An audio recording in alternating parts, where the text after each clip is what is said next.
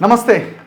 ఢిల్లీలో బీసీ సంక్షేమ సంఘం అధ్యక్షుడు జాజుల శ్రీనివాస్ గౌడ్ ఆధ్వర్యంలో జరిగిన బీసీ ధర్నా, బీసీ దీక్ష ఆర్ బీసీ మీటింగ్, ఇది తుపేల్ మీటింగ్ అట. ఇది ఎవరు అంటున్నారు? కేసీఆర్ కూతురు కవిత గారు అంటున్న మాట. జస్ట్ ఇంతకుముందే ఆమె ఇందిరా పార్కు దగ్గర నిర్వహించిన దీక్షలో ఈ వ్యాఖ్యలు చేయడం జరిగింది. సో మేము చాలా చిత్తశుద్ధితో ఈ దీక్షను చేస్తున్నాం. అవతల చేసే వాళ్ళది బీసీ సంఘాలు చేసేటువంటి దీక్ష, తుపేల్ దీక్ష అనేది ఆమె యొక్క ఆలోచనగా కనిపిస్తున్నది. మరి ఆమె ఏ ఉద్దేశంతో అన్నారు?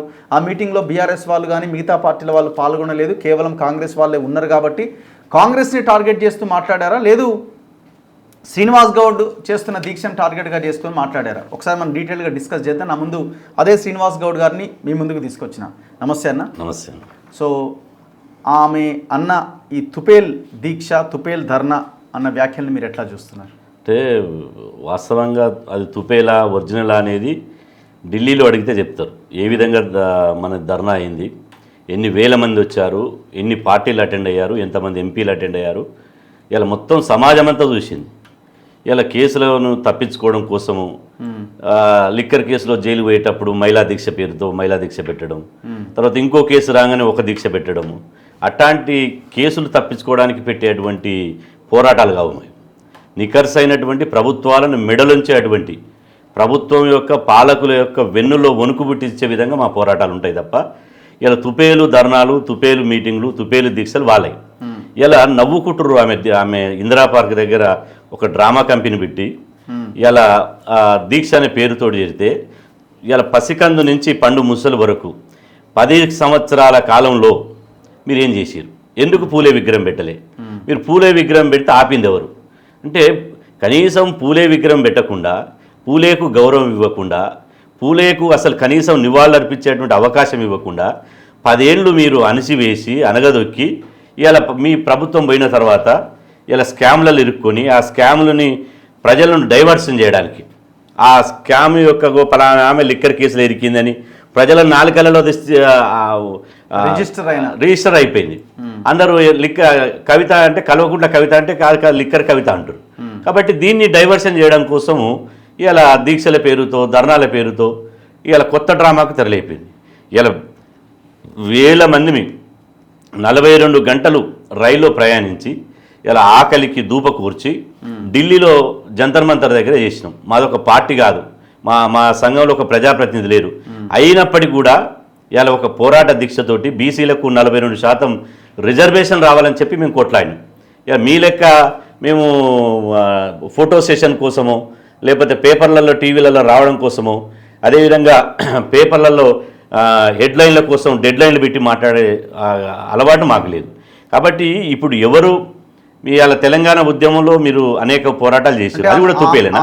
ఆమె ఉద్దేశం అంతా మీ సమావేశం, జాజుల శ్రీనివాస్ సమావేశం కంటే ఇది కాంగ్రెస్ పెట్టిన మీటింగ్ లాగా ఆమె భావించుండరేమో. ఇప్పుడు ఎందుకంటే ముఖ్యమంత్రి వచ్చిండు, కాంగ్రెస్ ఎంపీలు వచ్చారు, ఎమ్మెల్యేలు వచ్చారు, లీడర్లు వచ్చారు కాబట్టి కాంగ్రెస్ మీటింగ్గా అది ఆమె భావించారేమో. ఇప్పుడు పచ్చకామర్లు వచ్చిన లోకమంచ పచ్చగా కనబడ్డట్టు ఇలా 18 రాజకీయ పార్టీలు వచ్చారు.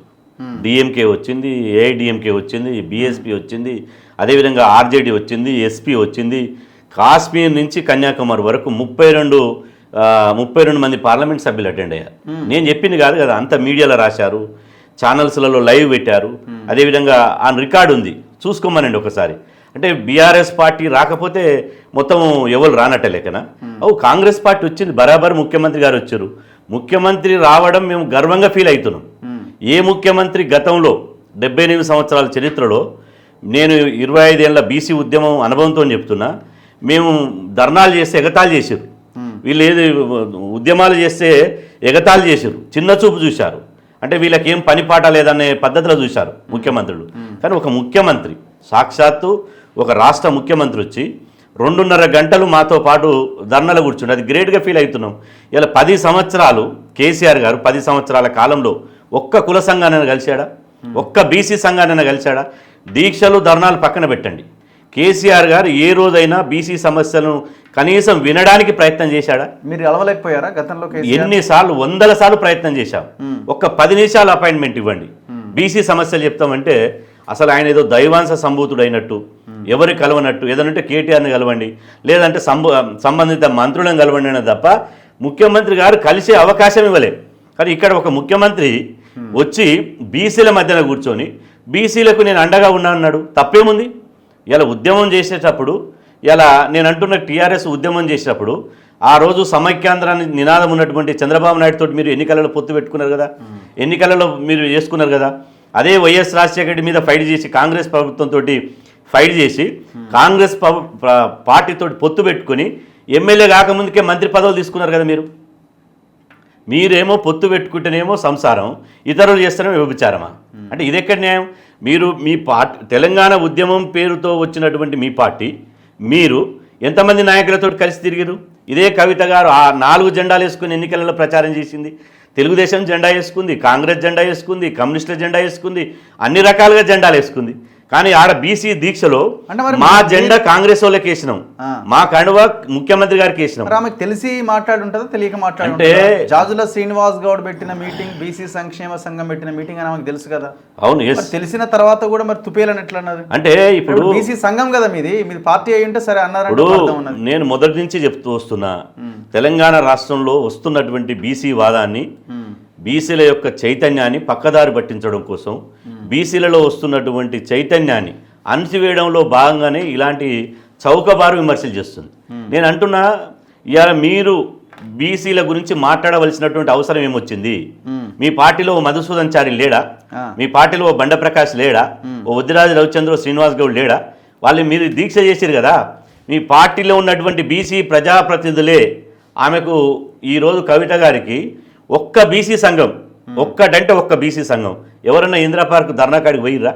అదేవిధంగా బీసీ సంఘాలను పక్కన పెట్టండి, వాళ్ళ పార్టీలో ఉన్నటువంటి బీసీ నాయకులు ఎవరైతే సీనియర్ నాయకులు ఉన్నారో, ప్రజాప్రతినిధి ఎలక్టెడ్ ప్రజాప్రతినిధులు ఉన్నారో, ఒక్క బీసీ అయినా ఆమె కవిత గారి దీక్ష దగ్గరికి పోయారా? అంటే వాళ్ళ పార్టీలో ఉన్నటువంటి నాయకుల మద్దతే ఆమెకు లేదు. ఇక మీదంగా నేను ఇంతకుముందు చెప్పినట్టు సంచలనాలు మాట్లాడాలి. ఎందుకంటే ఢిల్లీలో చేసినటువంటి మేము చేసిన పోరాటం ఒక చరిత్ర, బీసీ ఉద్యమ చరిత్రలో అన్ని వేల మందిని ఇవాళ 42 గంటలు ప్రయాణం చేసి 18 రాజకీయ పార్టీలను కదిలిచ్చి ఒక ముఖ్యమంత్రి వచ్చి జాతీయ స్థాయిలో ట్రైన్ జాతీయ స్థాయిలో ఒక చర్చనీయ అంశమైంది, అన్ని పార్టీల రాజకీయ ఎజెండాగా మారింది. నన్ను కూడా పిలిస్తే నేను వచ్చేదని ఫీల్ అయిందేమో. ఇప్పుడు వాస్తవంగా మేము బీసీలను పిలవాలని అనుకున్నాం, కానీ బీసీలను పిలిచినాము. కానీ ఆమెను పిలవాలంటే అర్హత కూడా ఉండాలి కదా. ఆమెను ఏం చేసిందని బీసీల కోసం పిలుస్తాం? 10 ఏళ్ల కాలంలో బీసీల గురించి ఆమె చేసిన పని, ఒక్క మంచి పని చెప్పండి. ఇలా ప్రగతి భవన్ని కాంగ్రెస్ పార్టీ అధికారం రాగానే ప్రగతి భవన్ పేరు తీసేసి పూలే భవన్ అని పెట్టారు. ఇలా పూలే విగ్రహాన్ని అసెంబ్లీ ఆవరణలో పెట్టాలంటున్నారు. మేము అంటున్నాం అసెంబ్లీ ఆవరణ కాదు, ప్రభుత్వాన్ని మేము డిమాండ్ చేసేది ఏంటంటే పూలే సావిత్రిబాయి పూలే దంపతుల విగ్రహాలను పూలే స్మృతి వనాన్ని ఏర్పాటు చేసి ఓ 2 ఎకరాలలో ఆ స్మృతి వనంలో వాళ్ళ విగ్రహాలు పెడితే గౌరవం ఉంటుంది. మేము ఏప్రిల్ 11 నాడు జయంతి చేసుకున్నప్పుడు రాష్ట్రంలో ఉన్న బీసీలందరూ అంబేద్కర్ విగ్రహం దగ్గర అయితే ఎట్లయితే గొప్పగా ఘనంగా జయంతి చేసుకుంటారో ఆ పూలే విగ్రహం దగ్గర చేసుకుంటారు. అసెంబ్లీలో పెడితే ఎవడు పోనిస్తాడు? పోలీసు వాళ్ళు, సెక్యూరిటీ వాళ్ళు పోనిస్తారా? ఇలా అసెంబ్లీలో పెడితే దుమ్ము ధూళి తప్ప ఏముంటుంది? కాబట్టి ఇలా మాకు పెట్టాల్సింది రాష్ట్ర రాజధాని ఒక 2 ఎకరాల మెయిన్ ప్రాంతంలో పెట్టాలని మేము డిమాండ్ చేస్తుంటే ఇలా లాస్ట్కు పొత్తుల ఇత్తేసినట్టు అది డిమాండ్ నెరవేర్చే దశకు వచ్చి 90% కంప్లీట్ అయ్యి ఇంకా రేపో మాపో పని అవుతుంది అనగానే నేను మాట్లాడినా, మహిళా బిల్లు గురించి నేను మాట్లాడినా. ఇవాళ ఎంత విషయం అంటే ఇవాళ అసెంబ్లీలో బిల్లు పెట్టారు, బీసీ బిల్లు పెట్టారు. బీసీ బిల్లు పెట్టి ఆమోదించి కేంద్ర ప్రభుత్వం నింపారు. ఈమె శాలువలు కప్పుకొని దండలు వేయించుకుంటుంది. ఇవాళ అసెంబ్లీలో నేను పోరాటం చేయడం వల్లనే బీసీ బిల్లు పెట్టారని. ఎక్కడ పోరాటం చేసింది? మీరు మొన్నదాకా జైల్లోనే ఉన్నారు కదా, మీరు జైల్లో ఉండి వచ్చారు కదా, మీ పోరాటం ఎక్కడ చేశారు? కానీ జాజుల శ్రీనివాస్ గౌడ్ ఆయన ఒక బీసీ సంఘం నాయకుడు, అది పొద్దున మాకు ఇబ్బంది అవుతుంది అన్నది కూడా ఆలోచించలేదు కదా. ఇప్పుడు వాళ్ళకు మొదటి నుంచి ఎట్లా అంటే ఇలా మొదటి నుంచి బీసీలు అంటే వాళ్ళ డిఎన్ఏలోనే పడదు. బీసీలను ఈటల రాజేందర్ గారిని బర్తరఫ్ చేసి అవమానకరమైన రీతిలో వెళ్ళగొట్టారు. ఒక దళిత బిడ్డ రాజయ్యని అవమానకరమైన రీతిలో వెళ్ళగొట్టారు. ఇలా నేను అంటున్నా, ఇలా బీసీల గురించి మాట్లాడతావు కదా, మీ నాయనని ఒప్పించి బీఆర్ఎస్ పార్టీ అధ్యక్షుని ఓ బీసీకి ఇస్తావా? ఇప్పించగలుగుతావా? రేపు భవిష్యత్తులో పొరపాటునో గ్రహపాటునో బీఆర్ఎస్ అధికారంలోకి వస్తే బీసీని ముఖ్యమంత్రి చేస్తానంటావా? రేపు 27వ తారీఖు నాడు బీఆర్ఎస్ పార్టీ రజతోత్సవం చేసుకుంటారు కదా, ఆ రజతోత్సవం సందర్భంగా ఆ వరంగల్లో జరిగే బహిరంగ సభలో మేము బీసీలనే పార్టీ అధ్యక్షుని చేస్తున్నామని చెప్పేటువంటి ధైర్యం, దమ్ము ఉన్నదా? ఏది లేదు. ఈ అవతల మీద బట్ట కాల్చి మీదేయాలి, వాళ్ళు నికర్స్ అయినటువంటి అంటే ఢిల్లీలో చేసినటువంటి బీసీల పోరాటాన్ని, ఢిల్లీలో దేశ రాజధాని అస్థిరలో చేసినటువంటి ఇలా రాష్ట్రమంతా ఒక ప్రౌడ్గా ఫీల్ అవుతారు. తెలంగాణ నుంచి పోయి ఢిల్లీ దాకా పోయి మన గుండె చప్పుడు వినిపించగలిగారు, మన పోరాట వాణిని వినిపించగలిగారు. బిల్లు రేవంత్ రెడ్డి గవర్నర్కి పంపిండా, గవర్నరు మళ్ళీ పంపి గవర్నర్ నుంచి అటు నుంచి వయా ప్రభుత్వం నుంచి కేంద్రానికి వెళ్ళిందా లేదా కూడా క్లారిటీ లేదు. ఢిల్లీలో ధర్నా అయిందని కూడా అంటున్నారు కదా. అంటే ఇప్పుడు ఆల్ పార్టీ మీటింగ్ పెట్టిస్తా తీసుకుపోతాం మోదీ దగ్గరికి అని, అది కూడా లేదని అంటున్నారు కదా. ఇందులో చాలా క్లారిటీగా ఉన్నాము. ఇప్పుడు రేవంత్ రెడ్డి గారు అదే బిల్లు పెట్టిన సందర్భంలో అసెంబ్లీలో చెప్పాడు, అయ్యా మేము అసెంబ్లీలో బిల్లు పెట్టాము, అఖిలపక్షంతో ఢిల్లీకి వస్తా, మీరు మాకు సమయం ఇవ్వండి అని చెప్పి లెటర్ రాసి ఆ లెటర్ ప్రదర్శించాడు, అసెంబ్లీలో ప్రదర్శించాడు, అది ప్రెస్కు రిలీజ్ చేశాడు. ఓకే, ప్రధానమంత్రి సమయం ఇవ్వండి, రేవంత్ రెడ్డి ఏం చేస్తాడు? అదేవిధంగా బిల్లు స్పష్టంగా గవర్నర్ గారి దగ్గర ఉంది. గవర్నర్ ఏ సందర్భంలో గవర్నర్ ఎవరి చేతిలో ఉంటాడు? కేంద్ర ప్రభుత్వం చేతిలో గవర్నర్ ఉంటాడు. కేంద్రం పంపమంటే పంపుతాడు, కేంద్ర పర్మిషన్ ఇవ్వకపోతే ఇంకా 6 నెలలైనా గవర్నర్ దగ్గరనే పెట్టుకుంటాడు. ఈ మాత్రం మాకు తెలియదా? ఎవరిని అడిగినా చెప్తారు, రాజకీయాలలో మినిమం పరిజ్ఞానం ఉన్న ఎవరిని అడిగినా చెప్తారు. అట్లాంటి దాన్ని ఇలా ఢిల్లీలో జరిగినటువంటి బీసీల యొక్క ఆత్మఘోషను ఇలా ఒక పోరు గర్జన్ను అవమానిస్తున్నామంటే ఇది యావత్తు బీసీ సమాజాన్ని అవమానించడమే. అంటే బీసీల ధర్నాలు మీ కంటికి ఒక చులుకన కనపడుతున్నాయా? అంటే మేమంటే లెక్కలేదు, మేము మనుషులుగా భావిస్తలేము. మీరు చేస్తేనేమో, మీరు ధర్నా చేస్తేనేమో అదొక పోరాటం, మేము ధర్నా చేస్తేనేమో కాంగ్రెస్ వాళ్ళతో కలిసిరు. ఇవాళ మీకు నేను ఇంతకుముందు చేసినట్టు స్పష్టంగా తెలంగాణ ఉద్యమం పేరుతో నడిపిందంతా మీరు పెద్ద డ్రామానే కదా, పదవుల కోసం పంపకాల కోసమే జరిపారు కదా. ఇవాళ ఎప్పుడు మీరు ఖాళీగా ఉన్నారు? తెలంగాణ ఉద్యమం పేరుతో పదవులు పొందారు, తెలంగాణ ఉద్యమం పేరుతో ఆస్తులు సంపాదించుకున్నారు. తెలంగాణ అధికారంలోకి వచ్చినాక పాలి హౌజులు, ఫామ్ హౌజులు, జన్వాడలు, అదే విధంగా అన్ని ఫామ్ హౌజులు కట్టుకొని స్కీమ్లో ఇరికిరు. శంకరపల్లి ఇలా మొత్తం అదే కదా. నేను ఇంతకుముందు చెప్పినట్టు తెలంగాణ పేరుతోటి సమైక్యాంధ్రులతోటి పొత్తు పెట్టుకున్నది మీరు. ఇలా తెలంగాణ పేరుతో ప్రజల్ని తప్పుదో పట్టించింది మీరు. చాలాసార్లు శ్రీనివాస్ గౌడ్తో కూడా కవిత మాట్లాడి ఉంటారు కదా గతంలో. ఎందుకు మాట్లాడరు? మరి మీకు టర్మ్స్ నేను ఈ రోజు వరకు నేను ఇంతవరకు ఈ రోజు వరకు కవితను కలవలేదు. ఒకే ఒకసారి నిజామాబాద్లో ఒక కుల సంఘం బహిరంగ సభలో స్టేజ్ షేర్ చేసుకున్నాం తప్ప ఈ రోజు వరకు కూడా కవితను కలవలేదు. ఇలా మా పోరాటం ఏంటి? బీసీ వాదంతో బీసీలకు ఏం జరగాలి, బీసీలకు ఏం జరిగితే మేలు జరుగుతుంది, బీసీలకు ఎట్లాంటి ప్రయోజనాలు కావాలనేది మేము కొట్లాడతాం. కానీ వాళ్ళకేముంటుంది? బీసీలను ఎట్లా రాజకీయంగా ఉపయోగించుకోవాలి, వాళ్ళ చైతన్యాన్ని ఎట్లా డైవర్షన్ చేయాలి, మమ్మల్ని ఎట్లా వాళ్ళని రాజకీయ పాలేరుగా ఎట్లా తీసుకోవాలి, వాళ్ళని ఆమె కూర్చోబెట్టి వాళ్ళని ఎట్లా నిలబడాలి. డెడికేటెడ్ కమిషన్కు రిపోర్ట్ ఇచ్చేటప్పుడు బీసీ నాయకులంతా నిలబెట్టింది, ఆమె కుర్చీలో కూర్చొని మంచిగా మాట్లాడుతుంది. అంటే బీసీలంతా మేము పాలితులము, మేము పాలకులము, మీరు పాలితులు, మీరు మా కిందనే పనిచేయాలని ఉంది. నేను అంటున్నా బీఆర్ఎస్ పార్టీలో బీసీ నాయకులు లేరా? బీసీల గురించి మాట్లాడవలసిన అవసరం మీకేమొచ్చింది? నడుస్తున్న మీటింగ్ కాదు కదా అది. ఆమె ఏదో జాగృతి, ఏదో పూలే ఫ్రంట్ అని ఒకటి పెట్టుకొని ఏదో నడిపిస్తున్నారు కదా. ఇప్పుడు ఇలా వాళ్ళు 100 రకాలుగా ఒకే రూపం వివిధ రకాలుగా వేషాలు వేసుకున్నారు. ఇలా ఒకరు ఆ బ్యానర్ చూస్తే ఇలా మన తెలంగాణ జాగృతిని భారత జాగృతిగా మలుస్తున్నారు. ఇవాళ బ్యానర్ మళ్ళీ తెలంగాణ జాగృతి అని పెట్టారు. అదేవిధంగా ఆల పార్టీలో ఉన్నటువంటి నాయకులందరూ పిలిచి ఇగో ఈయన యాదవ సంఘం, ఈయన గౌడ సంఘం, ఈయన ముదిరాజ్ సంఘం. ఎన్ని రోజులు ఈ డ్రామాలు? అంటే మీరు 10 ఏళ్ళు ఇట్లా చేసే కదా, 10 ఏళ్ళు చేసిన తర్వాత బీసీలకు జ్ఞానోదయమై ఇక మీ సాలు నాయన సాలు ద్వారా మీ పాలన మాకు ఇవాళ మీ వల్ల బీసీలకు నష్టం జరుగుతుందని చెప్పి ఇవాళ బీసీలు మీ తెలంగాణ రాష్ట్రం నుంచి విముక్తి కల్పించారు కదా. ఇది కూడా అర్థం చేసుకోకపోతే ఎట్లా? అంటే ఇంత లాజిక్ అవసరం ఏముందంటే నేను ఇంతకుముందు చెప్పినట్టు అసెంబ్లీలో పెట్టడం అనేది పెద్ద కుట్ర. మేము స్మృతి వనంలో పెట్టాలని ఒక 2 ఎకరాలలో పెట్టి పూలే దంపతులని ఇలా పివి నరసింహారావు ఉంది, పివి ఘాట్ ఉంది 2 ఎకరాలలో ఉంది, మర్రి చెన్నారెడ్డి ఘాట్ ఉంది 2 ఎకరాలలో ఉంది, కోట్ల విజయభాస్కర్ రెడ్డి ఘాట్ ఉంది 2 ఎకరాలలో ఉంది, ఎన్టీ రామారావు ఘాట్ ఉంది 2 ఎకరాలలో ఉంది, జలగం వెంగళరావు ఉంది 5 ఎకరాలలో ఉంది. అగ్రకులాల నాయకులదేమో 5 ఎకరాలు, 2 ఎకరాలు, 3 ఎకరాలు పెద్ద పార్కు, వాళ్ళ చుట్టూ ఎప్పుడన్నా చేస్తే నివాళులు అర్పించినట్టు గొప్పగా ఉంటుంది.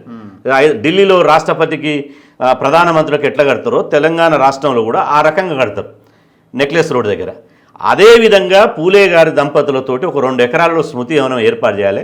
అందులో ఒక పూలే నాలెడ్జ్ సెంటర్ పెట్టాలి. ఎందుకంటే ఆ పూలే ఏం చేసిండు, సావిత్రిబాయి పూలే ఏం చేసిండు అని చెప్పి బుక్స్ కూడా అందుబాటులో ఉంటాయని చెప్పి మేము డిమాండ్ చేస్తుంటే ఈమె డైవర్షన్ చేస్తూ అసెంబ్లీలో పెట్టాలి. అసెంబ్లీలో పెడితే యూజ్ ఏంది? ఓకే, అసెంబ్లీకి ఒక సామాన్య మానవుని ఒక అసెంబ్లీ ఓనిస్తారా? నేను పార్లమెంట్లో పెట్టాలని, పార్లమెంట్లో పెడితే అది ఒక చరిత్ర ఉంటుంది. పూలే దంపతుల విగ్రహాలు పార్లమెంట్లో పెట్టాలని ఎందుకు అనదు? పార్లమెంట్లో పెట్టాలంటే మళ్ళీ వాళ్ళు ఇక్కడ కేసు స్టార్ట్ చేస్తారు వాళ్ళు, సెంట్రల్ గవర్నమెంట్. ఇక్కడ ఏంటంటే రేవంత్ రెడ్డి ఉన్నాడు, రేవంత్ రెడ్డి మీద నేను పోరాడినట్టు చేయాలి, బీసీలో వస్తున్న చైతన్యాన్ని అటు బీసీ వాదం నుంచి పోనీయకుండా మళ్ళా ఈ టీఆర్ఎస్ని ఇరికిచ్చి వాళ్ళందరినీ ఇక్కడే తీసుకురావాలి, వీళ్ళంతా గొర్రెలు, ఈ గొర్రెలను ఎక్కడ పడితే అక్కడ తిప్పుతానని అనుకుంటున్నది. నేను ఇంతకుముందే చెప్పిన, గొర్రెల మందకు తోడేళ్ళు కాపలకు ఉండవు. మా వాయిస్ ఏందో మేము మాట్లాడతాం, మాకు కాపలదారులు కాదు మీరు. మేము మా గురించి మాట్లాడమని ఎవడొచ్చి నీకు వినతిపత్రం ఇవ్వలే, మా గురించి దీక్షలు చేయమని బీసీలు ఎవడు చెప్పలే. మీకు మీరే మీ అస్తిత్వం కోసము మీ పేరు ఇలా ప్రజలలో మీ పేరు ఎట్లా పోతుందో బ్రహ్మాండంగా పోతుంది కాబట్టి ఆ పేరు మార్చుకోవడం కోసము చేస్తున్నటువంటి ఒక తైతక్క మాత్రమే తప్ప, ఓ ఎత్తుగడలే మాత్రమే తప్ప ఇందులో వాస్తవం లేదు. ఎవరు ఆమె చెప్పినా బీసీ సమాజం ఎవ్వరు నమ్మే పరిస్థితి కూడా లేదు. Right, anyway thank you very much Srinivas Goud గారు, థ్యాంక్ యూ. సో చూద్దాం మరి కవిత రియాక్షన్ ఎట్లా ఉంటుంది శ్రీనివాస్ గౌడ్ స్టేట్మెంట్స్ తర్వాత అన్నది. ఏదేమైనా ఒకవైపున బీసీ మూమెంటు వాదము చాలా బలపడుతున్న ఈ క్రమంలో మీరేమైనా చేయాలనుకుంటే పార్టీ లైన్లో చేసే ప్రయత్నం చేయండి. కేసీఆర్ని కూడా అందులో ఇన్వాల్వ్ చేయండి. ఆయన బీసీ రిజర్వేషన్ అంశంలో 2 బిల్లులు పెడితే ఆ బిల్లుల అంశంలో అసెంబ్లీలో పాల్గొనడు, అసలు కులగణలోనే పార్టిసిపేట్ చేయరు ఒకవైపున, ఇంకోవైపున బీసీ మూమెంట్ అని మీరు తెర మీదకి వస్తూ ఉన్నారు. సో ట్రాన్స్పరెన్సీ లేదు, పారదర్శకత లేదు, ప్రజల్లో పలచన అయిపోయినారు మీరు ఒక రకంగా చెప్పాలంటే. సో క్లారిటీతో లీడ్ చేయండి మూమెంట్ ఏదన్నా ఉంటే. సో క్లారిటీ లేనప్పుడు ఎన్ని చేసినా ఉపయోగం లేదనేది చాలా క్లియర్గా అర్థమవుతున్నది. చూస్తూనే ఉండండి మన తొలివేలు.